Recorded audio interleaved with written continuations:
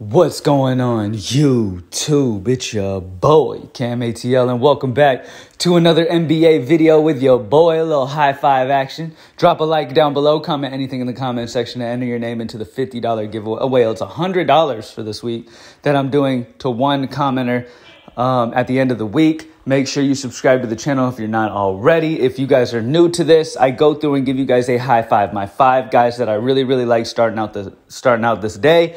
It is only a 3-game slate. It is a small slate, so we should be able to get right in and out of this. I'm not going to keep you too long. I like to get straight to the point, in and out, get you with the high five, and send you on your way. All right? Now, right after this, I have the Thursday Night Showdown video that I'll be posting as well. Hit up greenlightdfs.com, grab your NBA package and your NFL Week 7 package, and let's go ahead and start this Week 7 off with a bang.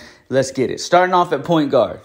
I'm going to go right back to the well on Jrue Holiday. I know he's questionable, but he's not questionable anymore. He's probable.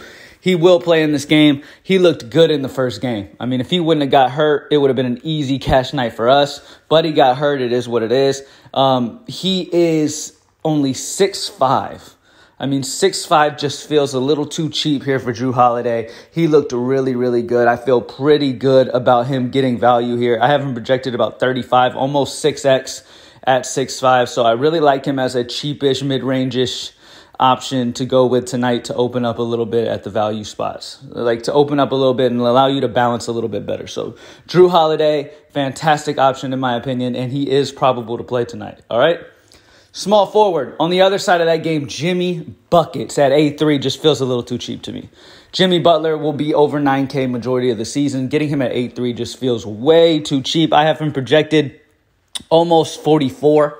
So at 8'3", obviously, he is a great play. As you guys know, 5x is what you want to shoot for in single entry cash games. At least 5x their price. So you can multiply it and get a good idea whether you think a guy can do that or not. I think Jimmy Butler is damn near a lock to get 5x floor. And then he's got some pretty good upside on this Miami team. At home in Miami, going against Milwaukee, I really like this spot for Butler here at 8'3".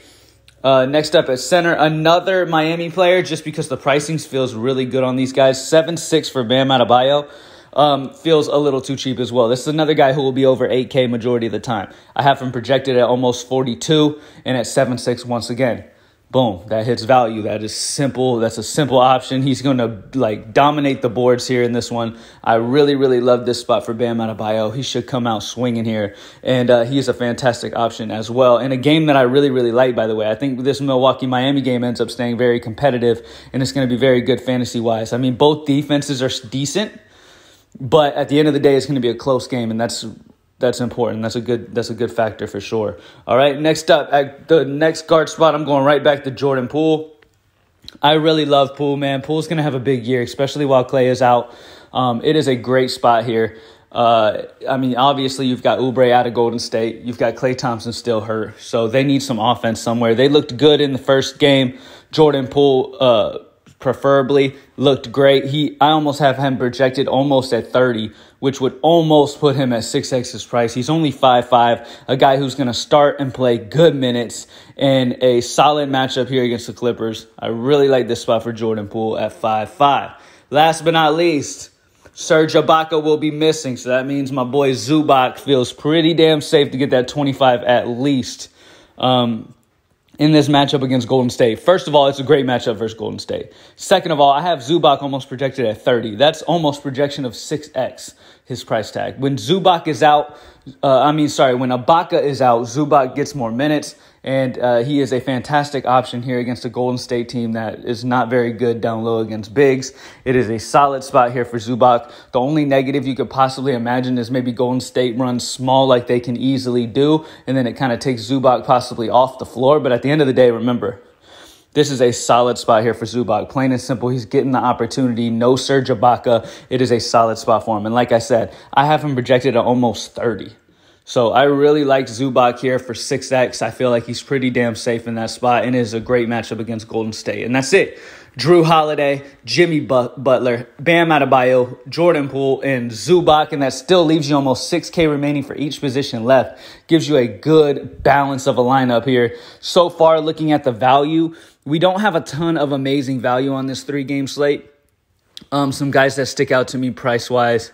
outside of the guys that I've already put in the high five would probably be Bjelica showed up for Golden State last game. Jalen Brunson for Dallas seems interesting. I'll have him almost projected at 20 at 3.5, which is a solid value. Dwight Powell, Grayson Allen, DeAndre Hunter.